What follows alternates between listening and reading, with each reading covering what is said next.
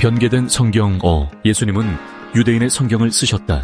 예수님과 사도들이 사용하신 구약 성경이 알렉산드리아계 헬라어 LXX였다고 주장하는 본문 비평론자들의 가설은 역사적 정황과는 명백히 어긋나는 주장입니다. AD 1세기 전후 팔레스타인과 안디옥 등지의 유대인 사회는 디아스포라 유대인들 사이에서 통용되던 헬라 철학적 영향이 강한 알렉산드리아의 상징적 성경 해석을 받아들이지 않았습니다. 당시 유대인의 주류 경건 전통은 문자적 보존 중심의 해석을 중시했으며 히브리어 성경 본문에 1.1획도 변경해서는 안 된다는 철저한 본문 보존 의식을 유지하고 있었습니다. 이런 분위기에서 예수님과 사도들이 외경과 철학적 해석이 섞인 알렉산드리아 LXX를 정형화된 형태로 암기하여 회당이나 유대 사회에서 자유롭게 설파하셨다는 주장은 역사적 현실을 전혀 고려하지 않은 무리한 추론입니다. 예수님 당시 유대 종교 사회는 알렉산드리아 유대 전통에 대해 신학적 거리감을 갖고 있었고, 특히 팔레스타인 유대교는 이방 철학과 혼합된 신학을 철저히 경계했습니다. 예수님의 사역 대부분이 갈릴리와 예루살렘을 중심으로 이루어졌다는 점,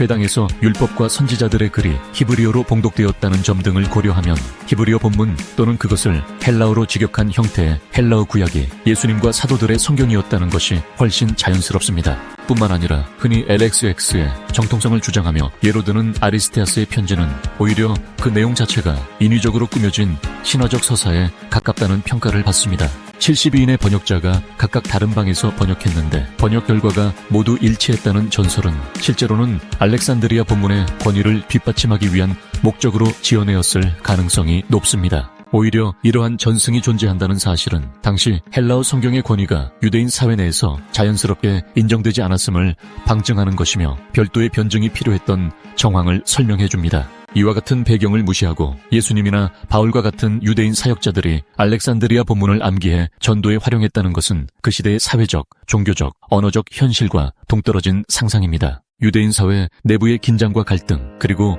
구약 성경의 보존에 대한 열정은 예수님과 사도들이 히브리어 마소라 본문 또는 그것에 기반한 팔레스타인 안디옥 전통의 직역 헬라어 번역을 사용했음을 강하게 뒷받침합니다. 따라서 우리는 신약 성경의 구약 인용을 단순히 오늘날의 LXX와 일치하거나 유사하다는 이유만으로 LXX를 그대로 차용했다고 판단하는 오류에서 벗어나야 하며 당시의 전승 구조와 실제 사용 배경을 면밀히 검토하는 균형 잡힌 시각이 필요합니다. 예수님께서 실제로 사용하신 구약 성경의 증거는 누가복음 11장 51절에서 명확하게 드러납니다. 거기서 예수님은 이렇게 말씀하십니다. 아벨의 피로부터 제단과 성전 사이에서 죽임을 당한 사가랴의 피까지. 아벨은 창세기 4장의 첫 순교자이고 사가랴는 역대하 24장의 마지막 순교자입니다. 이 내용은 히브리어 성경의 책 순서를 전제로 하지 않으면 논리적으로 이해할 수 없습니다. 헬라어 LXX에서는 역대기가 구약의 마지막 책이 아니기 때문에 예수님의 이 언급은 히브리어 정경을 바탕으로 한 것입니다.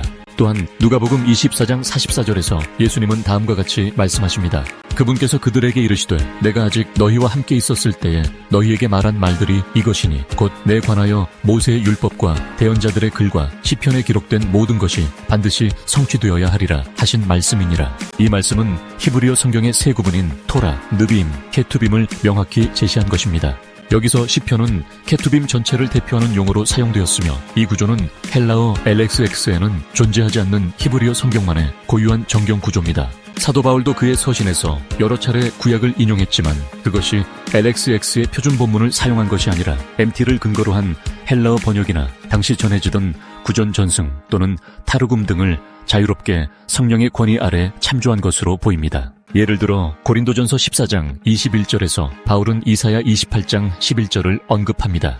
율법에 기록된 바 내가 다른 방언을 말하는 자들과 다른 입술로 이 백성에게 말하리라 하였으나 그들이 그 모든 일에도 내 말을 듣지 아니하리라. 이는 이사야서 28장 11절과 12절을 합성하여 차용한 것인데 헬라어 LXX 본문이나 MT와도 정확히 일치하지 않습니다. 바울은 단수로 되어 있는 another tongue을 복수로 바꾸고 인칭을 변경하며 구절을 요약하는 방식으로 응용합니다. 이는 바울이 단순히 한 본문을 정형적으로 적용한 것이 아니라 MT 전승에 근거하여 자신의 논지를 설명하기 위해 유연하게 본문을 응용한 것입니다.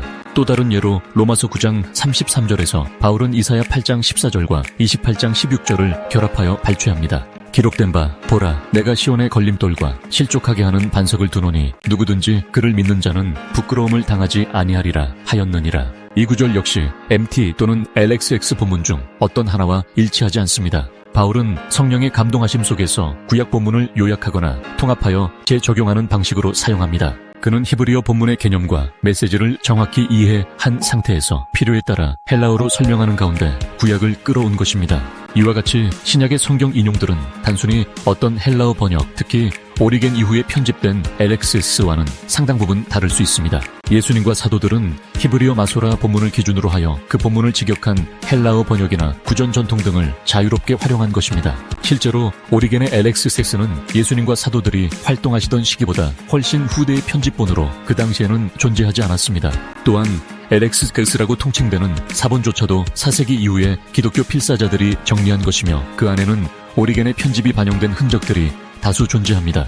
결국 예수님과 사도들이 사용한 성경은 하나의 완성된 정본에서 근거한 것이 아니라 당대에 통용되던 히브리어 본문과 그것으로부터 비롯된 다양한 헬라어 번역 또는 구전 자료들을 성령의 인도하심 아래 자유롭게 적용한 것입니다. 그리고 그 기초가 되는 성경은 바로 하나님의 섭리로 보존된 마소라 본문이며 예수님께서도 마태복음 5장 18절에서 진실로 내가 너희에게 이르노니 하늘과 땅이 없어지기 전에는 모든 것이 성취될 때까지 율법에서 한 점이나 한 획도 결코 없어지지 아니하리라. 이는 히브리어 문자의 점과 획을 직접 언급하신 것으로 헬라어 문자에는 없는 요소입니다. 예수님이 말씀하신 율법의 문자 하나하나가 바로 히브리어 마소라 본문이라는 사실을 확증해 줍니다. 따라서 우리는 신약의 구약 인용이 오리겐의 알렉산드리아계 LXS에 근거했다고 볼 수 없으며 오히려 히브리어 본문과 그를 기초로 한 전통에서 비롯되었음을 분명히 해야 합니다. 하나님께서 약속하신 보존의 말씀, 그것이 바로 마소라 본문이며 진리는 오직 그 말씀 안에 있습니다.